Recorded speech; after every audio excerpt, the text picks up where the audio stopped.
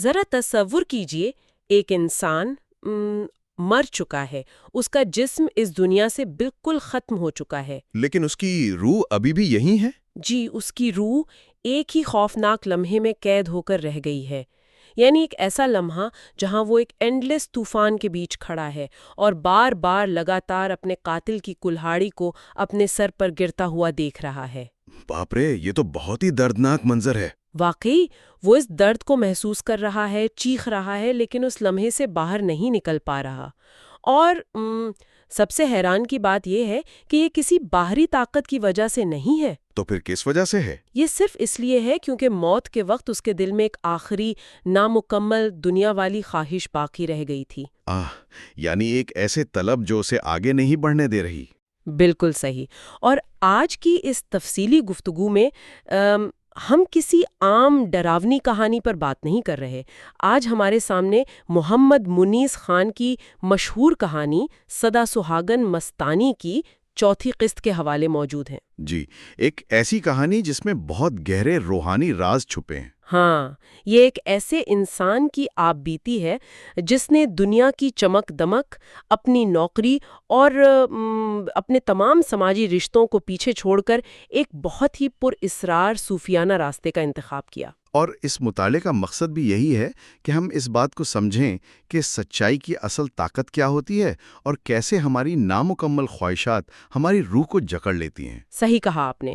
اور ہم یہ بھی جاننے کی کوشش کریں گے کہ سب کچھ چھوڑ دینے یعنی مکمل تسلیم و رضا کا اصل مطلب کیا ہے۔ اچھا، اس میں جو سب سے زیادہ توجہ طلب بات ہے نا، وہ یہ ہے کہ یہ کہانی صرف کوئی سپر نیچرل یعنی جادو ٹونے کے واقعات پر مبنی نہیں ہے۔ جی، اگر ہم اس کی تہہ میں جائیں تو یہ انسانی نفسیات، ہمارے معاشرے کے جو فرسودہ رسم و رواج ہیں، ان کی تباہ کاریوں کو بے نقاب کرتی ہے۔ یہ بتاتی ہے کہ اس ظاہری دنیا کے پردے کے پیچھے کتنی پیچیدہ حقیقتیں کام کر رہی ہیں۔ تو پھر بغیر کسی دیر کے اس کہانی کے اندر چلتے ہیں۔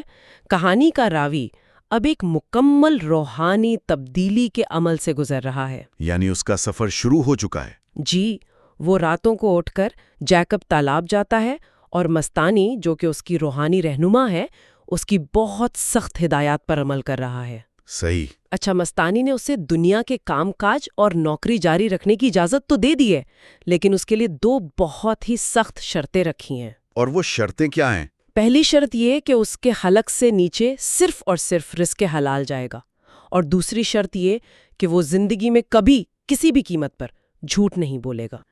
ہر کوئی کہتا ہے کہ سچ بولو اور حلال کھاؤ۔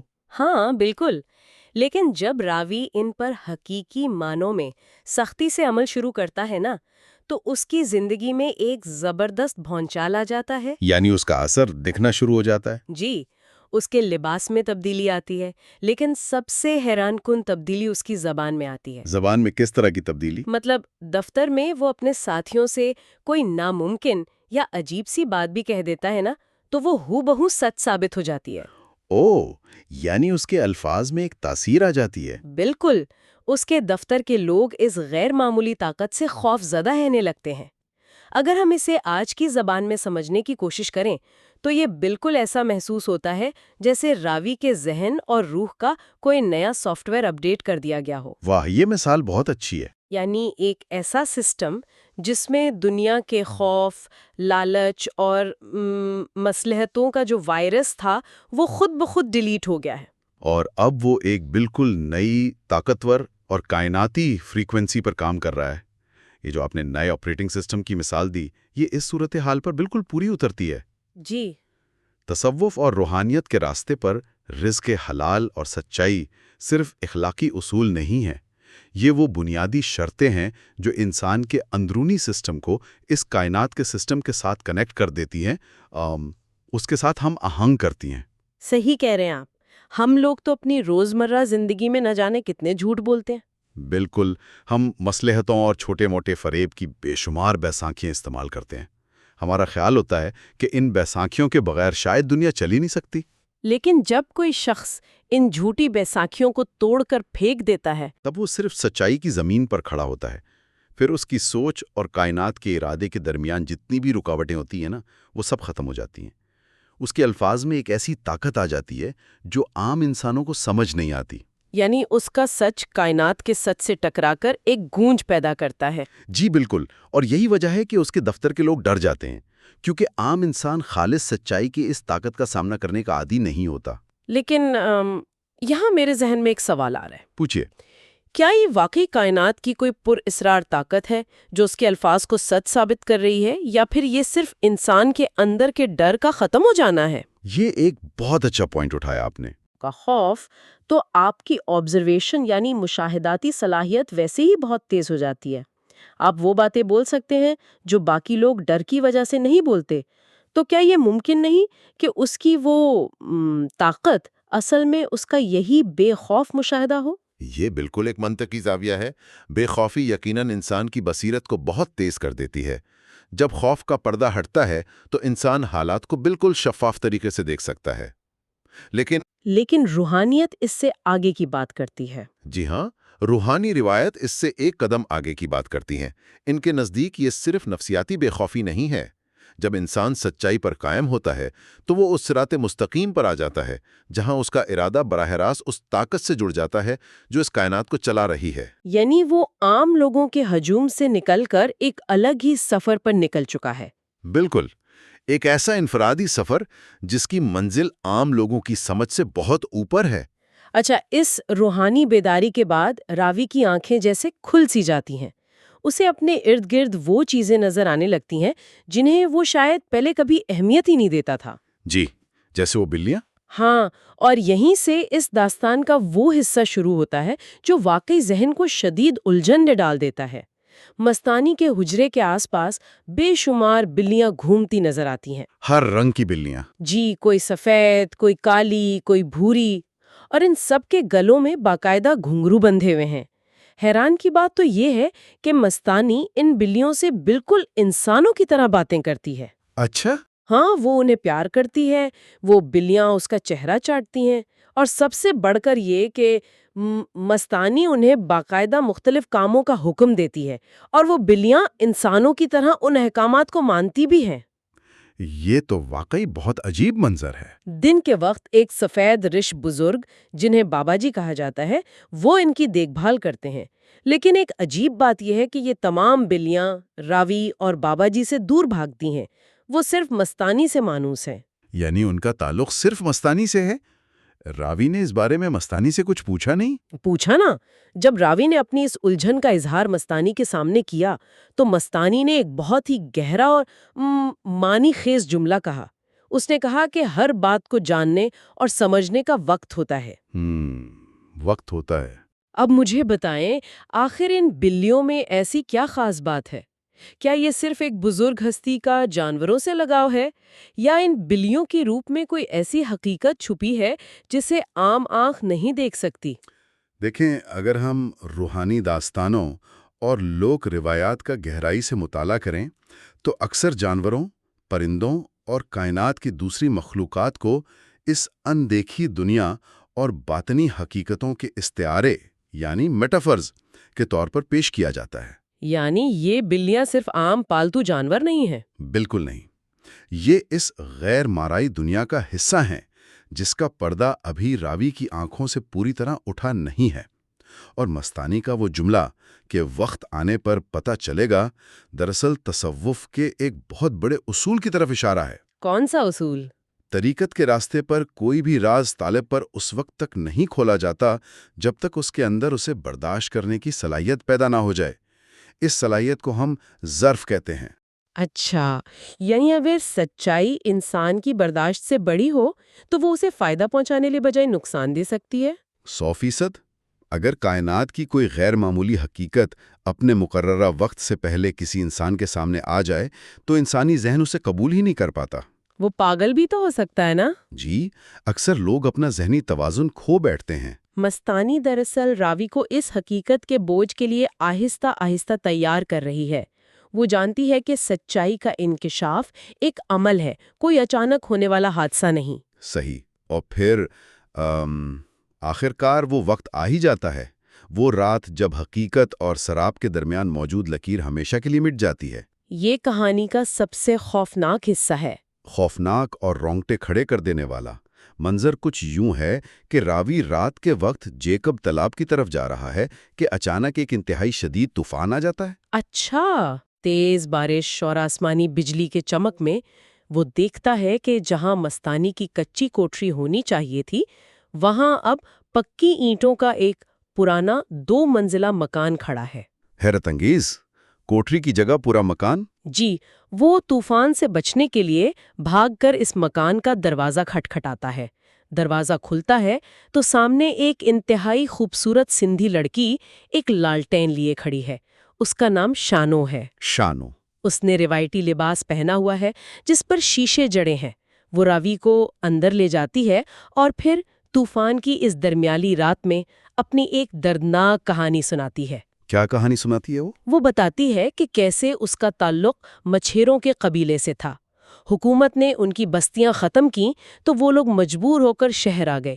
شہر کی بے رحم زندگی میں ان پر غربت نے ڈیرے ڈال دیے۔ یعنی گاؤں سے شہر آنے کا وہ جو ٹپیکل ٹراما ہوتا ہے۔ بالکل، اور اسی قسم کرسی کے دوران اسے اپنے بھائی کریموں کے دوست فضل سے محبت ہو جاتی ہے۔ ان کا خفیہ نکاح ہوتا ہے اور پھر وہ دونوں شہر چھوڑ کر بھاگنے کی کوشش کرتے ہیں۔ اور اس رات بھی طوفان آتا ہے؟ جی ہاں، آج ہی کی طرح کا ایک خوفناک طوفان ان کا راستہ روک لیتا ہے اور وہ دونوں اسی پرانے مکان میں پناہ لیتے ہیں۔ فضل سردی سے بچنے کے لیے لکڑیاں لینے باہر جاتا ہے اور اتنی دیر میں شانو کا بھائی کریمو، جو پاؤں کے نشانات کا پیچھا کر رہا تھا، وہ وہاں پہنچ جاتا ہے۔ اوہو، خاندانی غیرت کے نام پر۔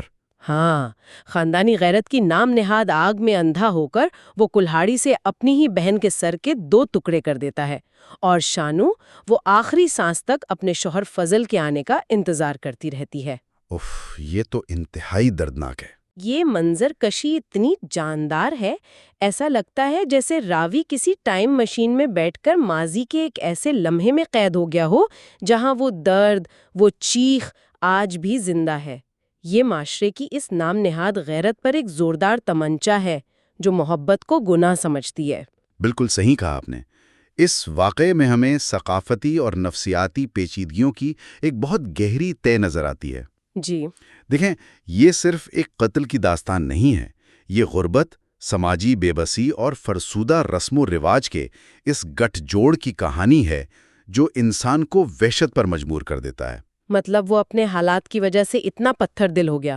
جی ہاں، جب ایک قبیلہ اپنا قدرتی ماحول چھوڑ کر شہر کی مشینی اور شفاف زندگی میں آتا ہے اور اسے شدید معاشی بدحالی کا سامنا کرنا پڑتا ہے تو اس کے اندر ایک گہرا احساس کمتری اور محرومی جنم لیتی ہے۔ صحیح۔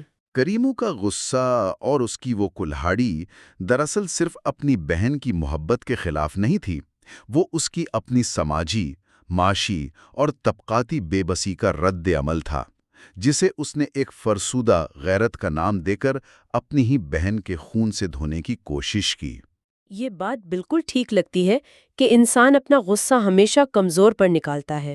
جب معاشرہ انسان سے اس کی بنیادی ضروریات اور وقار چھین لیتا ہے نا، تو وہ اپنی سوچنے سمجھنے کی صلاحیت کھو دیتا ہے اور تشدد کو اپنی طاقت ثابت کرنے کا واحد راستہ سمجھنے لگتا ہے۔ لیکن یہاں کہانی ایک ایسا موڑ لیتی ہے جو کسی ڈراونے خواب سے کم نہیں۔ شانو اپنی دکھ بھری کہانی سناتے سناتے اچانک کہتی ہے کہ وہ آج بھی اسی طوفان میں اپنے شوہر کا انتظار کر رہی ہے۔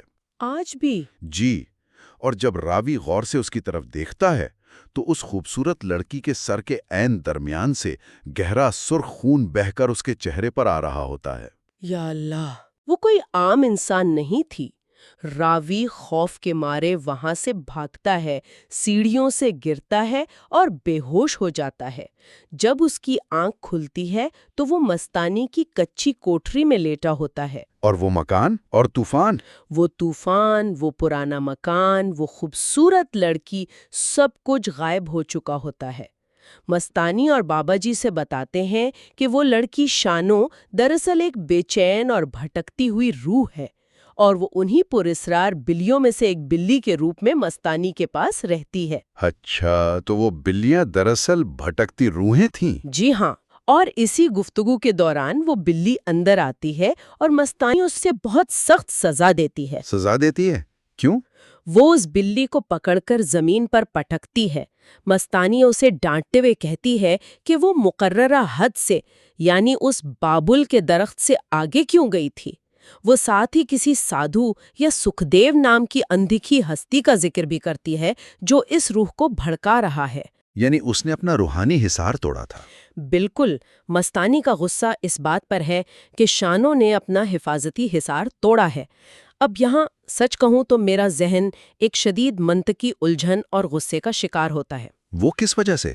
دیکھیں، اگر شانو اس پوری کہانی میں مظلوم تھی، اسے بے دردی سے مارا گیا تھا، تو مستانی اسے اتنی سخت سزا کیوں دے رہی ہے؟ روح کو بھٹکنے سے روکنا یا اسے ایک حصار میں قید رکھنا، کیا یہ مستانی کی ذمہ داری ہے؟ آپ کو لگتا ہے کہ یہ ناانصافی ہے؟ بالکل، ایک مظلوم روح کے ساتھ یہ سختی، یہ رویہ کچھ ناانصافی نہیں لگتا۔ بظاہر دیکھنے میں یہ رویہ انتہائی سخت اور غیر منصفانہ معلوم ہوتا ہے۔ انسانی ہمدردی کا تقاضا تو یہی ہے کہ مظلوم سے پیار کیا جائے، لیکن کیا؟ لیکن جب ہم ان روحانی قوانین کا مطالعہ کرتے ہیں جو اس اندیکھی دنیا کو چلا رہے ہیں، تو مستانی کا رویہ بالکل واضح اور بامقصد نظر آتا ہے۔ وہ کیسے؟ مستانی خود ایک موقع پر اس بات کی وضاحت کرتی ہے کہ اگر موت کے وقت کسی خواہش کی شدت انسان کے دل میں قائم رہے تو روح اس خواہش کی تکمیل کے لیے دنیا میں بھٹکتی رہتی ہے۔ یعنی اس کا مرنا اہم نہیں تھا، موت کے وقت اس کی سوچ اہم تھی۔ جی، شانو کے ساتھ یقیناً بہت بڑا ظلم ہوا تھا، لیکن مسئلہ یہ ہے کہ موت کے وقت اس کا سارا دھیان، اس کی ساری طلب اور اس کی روح کی پوری توجہ اپنے شوہر فیضل کی طرف تھی۔ وہ اس کا انتظار کر رہی تھی۔ بالکل، وہ آخری سانس تک دنیا والی محبت کی اس شدت میں گرفتار تھی۔ یہ دنیاوی خواہش اور اس کے مکمل نہ ہونے کا جو دکھ ہے نا، یہ اسے مرنے کے بعد بھی سکون نہیں لینے دے رہا۔ یعنی آپ کا مطلب ہے کہ وہ کسی باہری دنیا کے عذاب میں نہیں، بلکہ اپنی ہی ذہن اور خواہش کے بنائے ہوئے ایک جال میں پھنسی ہوئی ہے۔ 100%۔ جس طرح آج کل ہم نفسیات میں ٹراما یا PTSD کی بات کرتے ہیں۔ واہ، یہ بالکل صحیح مثال ہے۔ PTSD میں کیا ہوتا ہے؟ اس میں شدید صدمے کے بعد انسان کا دماغ اس ایک تکلیف دہ لمحے میں پھنس جاتا ہے۔ وہ بار بار اسی کو دہراتا ہے اور اسے لگتا ہے جیسے وہ واقعہ ابھی اور اسی وقت ہو رہا ہے۔ تو کیا روح بھی اسی طرح کسی ایک لمحے میں قید ہو جاتی ہے؟ آپ نے بالکل درست اور انتہائی اہم مشابہت تلاش کی ہے۔ جس طرح PTSD میں دماغ صدمے کے لمحے کو بار بار محسوس کرتا ہے اور حال میں جینے کے قابل نہیں رہتا، بالکل اسی طرح روحانی سطح پر یہ نامکمل خواہش اور طلب روح کو ماضی کے اس ایک لمحے میں قید کر دیتی ہے۔ اس لیے وہ بار بار اس طوفان میں فضل کا انتظار کرتی ہے۔ جی، شانو خاں بار بار اسی کرب، اسی طوفان اور اسی انتظار سے گزرتی ہے۔ مستانی اسے جو سزا دے رہی ہے وہ دراصل اس پر ظلم نہیں کر رہی۔ تو پھر وہ اس سے پٹک کیوں رہی تھی؟ وہ اس کی روح کو ڈسپلن یعنی نظم و ضبط سکھا رہی ہے، اسے جھنجھوڑ رہی ہے تاکہ وہ اس وہم کے دائرے سے باہر نکلے۔ وہ چاہتی ہے کہ شانو اس دنیاوی وابستگی کے سراب سے آزاد ہو تاکہ اسے اگلی منزل کا سکون مل سکے۔ اچھا، اب بات سمجھ آ رہی ہے۔ یہ تو ایک قسم کا روحانی علاج ہے۔ بالکل، اور یہاں سے ہمیں اسلام میں موت کے وقت کی جانے والی تلقین کا گہرا فلسفہ بھی سمجھ آتا ہے۔ آپ کلمے کی بات کر رہے ہیں؟ جی ہاں، ہم کیوں کہتے ہیں کہ مرنے والے کے پاس بیٹھ کر کلمہ پڑھو، اسے خدا کی یاد دلاؤ؟ اس کا مقصد یہی ہوتا ہے کہ جانے والے کی روح دنیا کی محبتوں، رشتوں، مال اور نامکمل خواہشات کی گرفت سے آزاد ہو جائے، تاکہ وہ کسی دنیاوی جال میں پھنس نہ جائے۔ صحیح کہا، تاکہ وہ ایک طمانینت اور سکون کے ساتھ اپنے رب کی طرف سفر کر سکے۔ مستانی اس وقت شانو کا روحانی علاج کر رہی ہے، اسے قید میں نہیں رکھ رہی۔ اف، یہ کتنا حیران کن اور کسی حد تک خوفناک تصور ہے کہ انسان اپنے ہی بنائے ہوئے ارمانوں اور خواہشات کے جال میں مرنے کے بعد بھی پھنسا رہ سکتا ہے۔ اپنی ہی خواہشات انسان کی جیل بن جاتی ہیں۔ واقعی یہ بہت بڑی حقیقت ہے۔ خیر، زندگی اور موت کے اتنے قریب سے درشن اور اس خوفناک واقعے کے بعد کہانی کے راوی کے اندر ایک مکمل انقلاب برپا ہو جاتا ہے۔ اس کی دنیا اور اس کی رنگینیوں سے دلچسپی بالکل ختم ہو کر رہ جاتی ہے۔ یعنی اس نے دنیا کو پہچان لیا؟ جی، وہ اپنی نوکری جس کے لیے وہ پہلے اتنا فکر مند تھا اسے چھوڑ دیتا ہے۔ اس کا اپنے باپ سے جو اپنی ہی مادی دنیا میں مگن ہے تعلق تقریباً ٹوٹ جاتا ہے۔ اب اسے سکون کہاں ملتا ہے پھر؟ اب اسے صرف اور صرف مستانی کی اس کچی کوٹری میں سکون ملنے لگتا ہے۔ اور یہاں کہانی میں ایک بہت ہی خوبصورت اور لطیف سی تفصیل موجود ہے جو میرے خیال میں بہت معنی خیز ہے۔ کیا تفصیل ہے وہ؟ مستانی کے پسندیدہ غذا وہ باجرے کی سوکھی روٹی اور پودینے کی چٹنی ہے۔ اچھا، صرف باجرے کی روٹی اور چٹنی؟ ہاں، شروع میں راوی اسے ایک معمولی اور کمتر غذا سمجھ کر کھانے سے انکار کر دیتا ہے، لیکن جب وہ ایک بار مستانی کے کہنے پر اسے چکھتا ہے نا، تو اسے دنیا کے ہر لذیذ اور مہنگے کھانے سے زیادہ اس میں ذائقہ اور لذت محسوس ہوتی ہے۔ واہ، یہ بھی ایک روحانی اشارہ ہے۔ بالکل۔ اس کے بعد راوی پر یہ حقیقت بھی واضح ہوتی ہے کہ مستانی جو بظاہر دنیا والوں کو ایک ہوس بختہ یا مجذوب عورت لگتی ہے، دراصل وہ عشق الہی کی انتہائی اعلیٰ منزل پر فائز ہے۔ اور وہ بابا جی کون تھے؟ جی، وہ 100 سالہ بزرگ جنہیں وہ بابا جی کہتی ہے، وہ کوئی اور نہیں بلکہ مستانی کے اپنے سگے والد اور ان کے روحانی استاد ہیں۔ کیا بات ہے! راوی کا یہ حال ہو جاتا ہے کہ وہ اپنا سب کچھ چھوڑ چھاڑ کر خود کو مکمل طور پر مستانی کی خدمت کے لیے وقف کر دیتا ہے۔ راتوں کو اس کے پیر دبانا، اس کے چھوٹے چھوٹے کام کرنا، بس یہی اس کی زندگی کا کل سرمایہ بن جاتا ہے۔ میرے خیال میں یہاں باجرے کی روٹی اور پودینے کی چٹنی صرف ایک کھانے کا ذکر نہیں ہے، یہ سادگی میں چھپی روحانی لذت کا ایک بہت بڑا اور طاقتور استعارہ ہے۔ بے شک، یہ سادگی دراصل اس عمل کی علامت ہے جسے صوفیانہ روایت میں تسلیم و رضا کہا جاتا ہے۔ تسلیم و رضا یعنی مکمل سرنڈر؟ جی بالکل۔ جب کوئی انسان ایک بار دنیا کے ان عارضی رشتوں، کھوکھلی عزتوں اور جھوٹے سرابوں کی حقیقت کو پہچان لیتا ہے، بالکل ویسے ہی جیسے راوی نے شانو کی بھٹکتی روح کے واقعے کے بعد پہچانا، تو پھر اس کے لیے بادشاہوں کے دسترخوان اور باجرے کی سوکھی روٹی میں کوئی فرق باقی نہیں رہتا۔ اس کی طلب بدل جاتی ہے۔ بلکہ اسے اس سادگی میں وہ سکون اور لذت ملتی ہے جو دنیا کے کسی خزانے میں نہیں۔ وہ اپنی انا، اپنی مرضی اور اپنی ذات کو مٹا کر خود کو اپنے مرشد کی رہنمائی اور ایک بڑی حقیقت کے سپرد کر دیتا ہے۔ صحیح۔ راوی کا دنیا سے اس طرح کٹ جانا زندگی سے فرار نہیں ہے، بلکہ یہ زندگی کی اصل حقیقت کی طرف بیدار ہونا ہے۔ اس نے یہ جان لیا ہے کہ جس مادی دنیا کے پیچھے لوگ دیوانہ وار بھاگ رہے ہیں، وہ دراصل ایک ایسا سراب ہے جس کا انجام شانو جیسی بے چین روحوں کی صورت میں نکلتا ہے۔ تو آج کی اس تفصیلی گفتگو کو اگر ہم سمیٹنے کی کوشش کریں تو ہم نے دیکھا کہ محض سچ بولنے کی مشق انسان کو کس طرح ایک ایسی کائناتی طاقت عطا کر سکتی ہے جو دنیا کے خوف کو مٹا دیتی ہے۔ بالکل۔ ہم نے اس بات کو سمجھا کہ دنیاوی رشتوں، قربت اور نام نہاد معاشرتی انا کا ملاپ کتنا تباہ کن ہو سکتا ہے، جو انسان کو وحشت اور خون ریزی پر مجبور کر دیتا ہے۔ اور سب سے اہم پوائنٹ، سب سے اہم بات جو آج سامنے آئی وہ یہ کہ ہماری نامکمل خواہشات، ہماری شدید طلب کس طرح ہمیں مرنے کے بعد بھی ماضی کے تاریک لمحوں میں قید رکھ سکتی ہے۔ صحیح۔ محمد منیس خان کی یہ تحریر واقعی کوئی عام ڈراونا قصہ نہیں تھی، بلکہ یہ انسانی روح کے سفر، اس کی الجھنوں اور اس کی منزل کا ایک انتہائی گہرا نقشہ تھی۔ بالکل۔ اس مطالعے نے ہمیں اس بات پر غور کرنے کی دعوت دی ہے کہ ہم جو کچھ اپنی ظاہری آنکھوں سے دیکھتے ہیں، حقیقت کبھی بھی صرف وہیں تک محدود نہیں ہوتی۔ جی۔ جو کچھ ہمارے باطن میں، ہمارے لاشعور میں پکڑا ہوتا ہے نا، وہی دراصل ہمارے حتمی انجام کا فیصلہ کرتا ہے۔ اور اسی بات کو سامنے رکھتے ہوئے اس نشست کے اختتام پر سننے والوں کے لیے میں ایک سوال چھوڑنا چاہتی ہوں، ایک ایسی سوچ جو شاید ذہن کے کسی بند دریچے کو کھول دے۔ جی۔ مستانی نے تو شانو کی روح کے بارے میں بتا دیا کہ دنیاوی خواہشات کی شدت اسے بھٹکنے پر مجبور کر رہی ہے۔ ہم نے خواہشات کو چھوڑنے اور مکمل تسلیم و رضا کی بات بھی کی، لیکن ذرا رک کر سوچئے، کیا ہر خواہش بری ہوتی ہے؟ کیا کچھ خواہشات ایسی نہیں ہوتی جو ہمیں اندھیرے میں بھٹکنے کے بجائے روشنی کا راستہ دکھاتی ہیں؟ کیا دنیا سے مکمل کنارہ کشی اور بے حسی ہی اصل روحانیت ہے، یا پھر اصل کمال ان تمام دنیاوی خواہشات کو ختم کرنے کے بجائے انہیں ایک بہت بڑے اور اعلیٰ مقصد کے تابع کر دینا ہے؟ بہت گہرا سوال ہے یہ۔ کیا ہم اپنی خواہشات کے غلام بن کر بھٹک رہے ہیں، یا ہم نے انہیں اپنی اصل منزل تک پہنچنے کا راستہ بنا لیا ہے؟ اس بارے میں ضرور سوچئے گا۔